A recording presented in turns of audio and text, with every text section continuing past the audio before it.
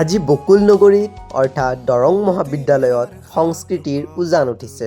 কোনোবা লাচিত, কোনোবা দৰা কইনা, আকৌ আন কোনোবাই নিজৰ সম্প্ৰদায়ৰ বিষয়ে সকলোকে জনাইছে।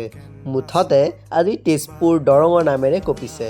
চাৰিওপিনে উল্লাহে নধৰা পৰিৱেশ, তাৰ মাজতে আছে আমাৰ অসমীয়া বিভাগ। অসমখন সোণালী কৰিবলৈ আমাৰ অসমীয়া বিভাগৰ ষ্টুডেণ্টে বীৰ লাচিত, আই সাধনীৰ দৰে বহুতো বীৰ বীৰংগনাৰ ৰূপ লৈ গোটেই তেজপুৰ ঘূৰিছে। মুঠতে আজি আমাৰ তেজপুৰখনক ঐতিহ্য আৰু সংস্কৃতিৰে এটা জীয়া কাহিনী লৈ জিলিকাইছে দৰঙীয়ানে।